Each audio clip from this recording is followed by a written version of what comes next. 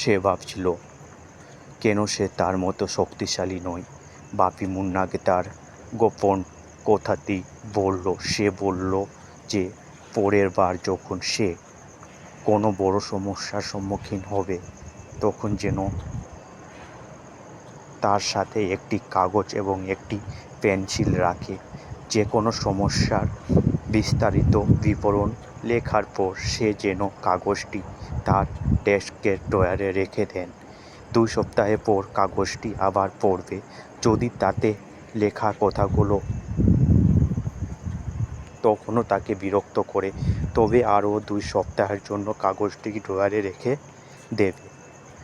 আপনার সমস্যার তালিকাটি এখনও ড্রয়ারে থাকবে, কিন্তু এর মধ্যে আপনার চারপাশে অনেক কিছুই বদলে যেতে পারে।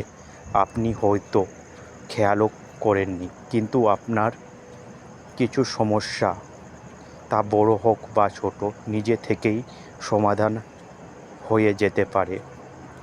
মুন্না বলে, আমি বুঝতে পেরেছিলাম যে আমি যদি ধৈর্য ধরি তবে আমার সমস্ত দুশ্চিন্তা ও উদ্বেগ দূরে